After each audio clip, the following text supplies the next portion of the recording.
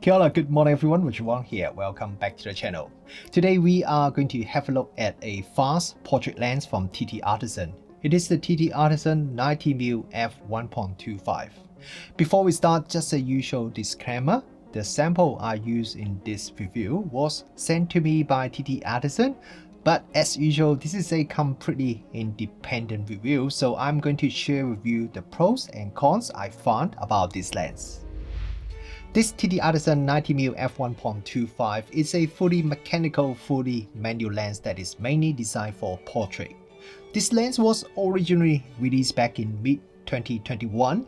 At that time, it was released for M mount only. TTArtisan suggested the lens can be used on pretty much any full-frame mirrorless camera, even some medium format cameras, by using an additional lens mount adapter. However, the M mount version is almost $800 US. So if you want to use it on other mounts, you need to buy an adapter as well. So it's not really cheap at all. And probably because of that, so TTArtisan has just released this new version, specially designed for Sony E, Nikon Z, Canon RF, Leica L, Fujifilm GFX, and Hasselblad X1D. And I will call it the mirrorless version in this review, and I will call the original one M version, even though technically Leica M camera is also mirrorless camera. So with this new mirrorless version, you no longer need to buy an adapter anymore. The price of this mirrorless version is also quite a bit cheaper as well. It is now under $500. For people who don't really need to use it on a Leica M camera, this mirrorless version is definitely a much more attractive option. The lens I'm using in this review is for the Nikon Z mount, but since the optical design is the same for all the different mounts, so pretty much everything I'm going to say in this review would apply to the other mirrorless mount versions as well. Since the design of this lens is largely the same as the original M version, so the lens has a very strong Leica feel. The font, color, all has a very Leica-ish feel. Because of the French distance difference, the size of this mirrorless version is a little bit longer than the original M version. But still, I think the size is very reasonable for a fast 90mm portrait lens. However, because of the really solid metal construction, it is a pretty heavy lens. The weight of this lens is around 1 kilogram. Holding it on your hand, and you can start feel the weight very quickly. It is not an internal focus lens. The length of the lens would increase a bit when you change the focus from infinity to close focus. There is an aperture ring at the front of the lens, and it has clicks just like pretty much all the other TTArtisan lenses. The clicks feel very satisfying, so I really love it. And then we have the focus ring behind it. The focus flow is almost 180 degrees, and the focus ring is a little bit tight. Despite the really shallow depth of field, especially when you are shooting at f1.25, I found focusing relatively easy, at least when shooting static scene or subject that doesn't really move quickly. But if you have never shot with a manual focus lens before, it may take a bit of practice, but our mirrorless cameras with peaking and magnifying really makes manual focus a lot easier. The lens has a very interesting lens hood design. When I first received the lens, I didn't know the lens has a lens hood at all. I just noticed there is a metal screw-on lens cap until a few days later when I looked a little bit closer and I was like, oh, is there a built-in lens hood that I can pull out? Well, that's kind of true. What you can do is you can completely remove this metal lens hood from the lens by just pulling it out. Then you reverse it and then you can now screw it onto the lens. It is a very interesting design and I like it for two reasons. The first one, because this lens has an aperture ring at the front. So if it has the typical reversible lens hood, when the lens hood is on the lens in the reverse orientation, then it will block the aperture ring completely. This TTArtisan lens doesn't have this problem. You can still use the aperture ring even when the lens hood is in reverse orientation. The second reason is just a visual thing. reversible lens hood usually looks kind of ugly if you just leave it on the lens in the reverse orientation. With this TTArtisan lens, there is no such issue. The fact that I only noticed there is a lens hood after using it for a few days shows the lens hood in the reverse orientation is not really that noticeable, so it's not ugly at all. However, there's one little compromise I think TTArtisan has to make with this design, because they need to make this lens hood sit nicely at the front without making the lens look strange. So the lens hood is not really that deep. For a 90mm lens, the lens hood could be quite a bit deeper, and I did try to just manually hold the lens hood in front of the lens, and I can move the lens hood at least 1 centimeter more forward without introducing any additional vignetting or dark corner in the photo. But I will talk about that a little bit more when we look at the lens flare very soon. The minimum focus distance of this TTArtisan 90mm lens is 1 meter, which is not really that close. So even with the 90mm focal length, the maximum magnification ratio is still not that high. It is not a problem if you want to shoot a tight head and shoulder portrait photo, but my Lego minifigure definitely looks a bit small in this test photo. I also noticed the picture is a little bit soft at the maximum aperture when shooting at minimum focus distance. It may have something to do with the really shallow depth of field at the minimum focus distance. Stop down the lens to f2 would noticeably improve the sharpness. And now let's have a look at the image sharpness and start from the center first. At f1.25, the center is already quite sharp, and also there isn't any noticeable chromatic aberration.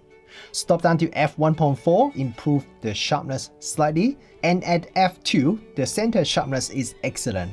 And now let's have a look at the corner sharpness.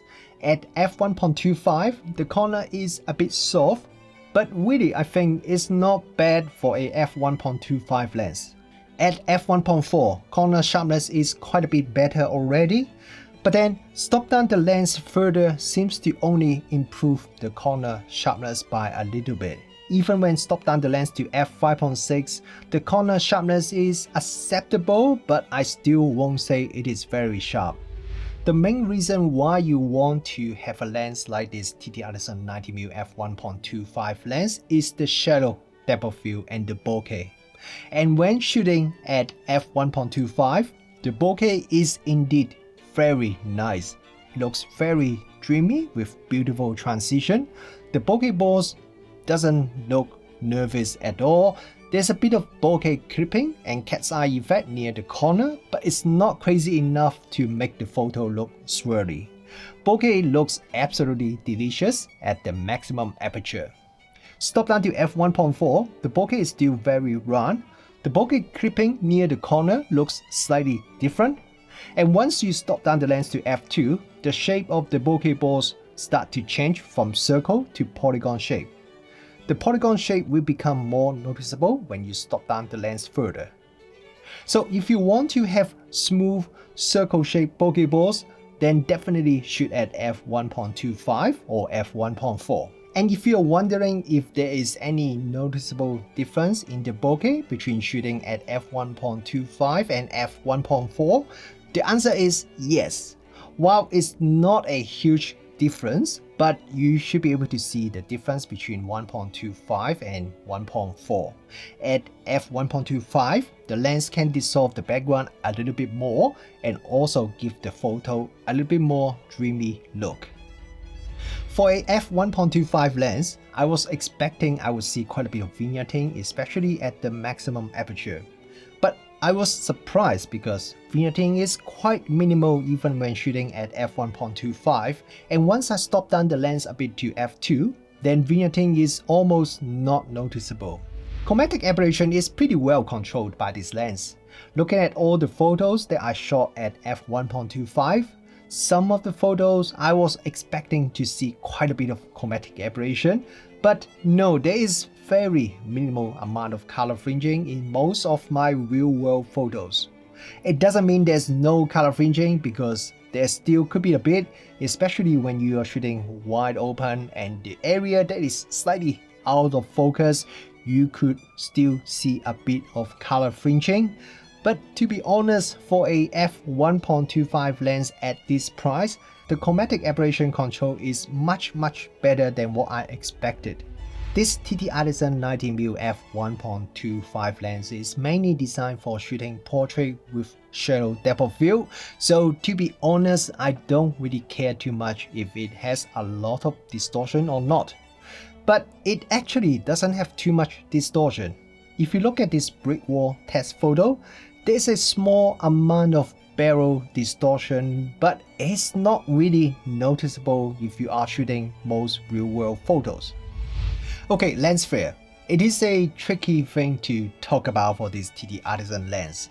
It's because on one hand, the lens flare can be quite noticeable when you are shooting into a bright light source. There could be quite a bit of ghosting, and the contrast can drop a lot as well. And this also happens when the light source is just outside the frame. Part of the reason is because the lens hood isn't that deep. If the lens hood is a bit deeper, I think it would help minimize lens flare. Lens flare is also quite noticeable when shooting at night. So if you want photos with no lens flare and good contrast, even when there's a strong light source in front of you, then you will be disappointed. However, for myself, I don't really mind the lens flare from this TTArtisan lens too much, and I think the lens flare from this lens has some special character that I really like. So instead of trying to minimize lens flare when shooting into a strong light source, I would try to make the lens flare part of my photo to give my photos a unique artistic look. If you want to have Sunstars in your photo, you need to stop down this lens to at least f5.6. The 10 aperture brace render 10-point Sunstars, which is my favorite Sunstar. And if you stop down the lens to minimum aperture f16, you can get some pretty nice looking Sunstars. I wish the tails of the Sunstars are a little bit longer, but I still think it is beautiful. The amount of coma from this TTArtisan lens is at pretty reasonable level even when shooting at the maximum aperture. You can see a bit of coma, but it is not really terrible. Stopping down the lens to around f2 would reduce coma quite a bit. If you want to use this lens for video filming and capture some shallow depth of field video with some beautiful lens flare, there are a few things I want to mention to you. Firstly, remember the aperture ring has clicks, which I love, but if you want a declicked aperture ring for smooth aperture transition, then it is not the best for you.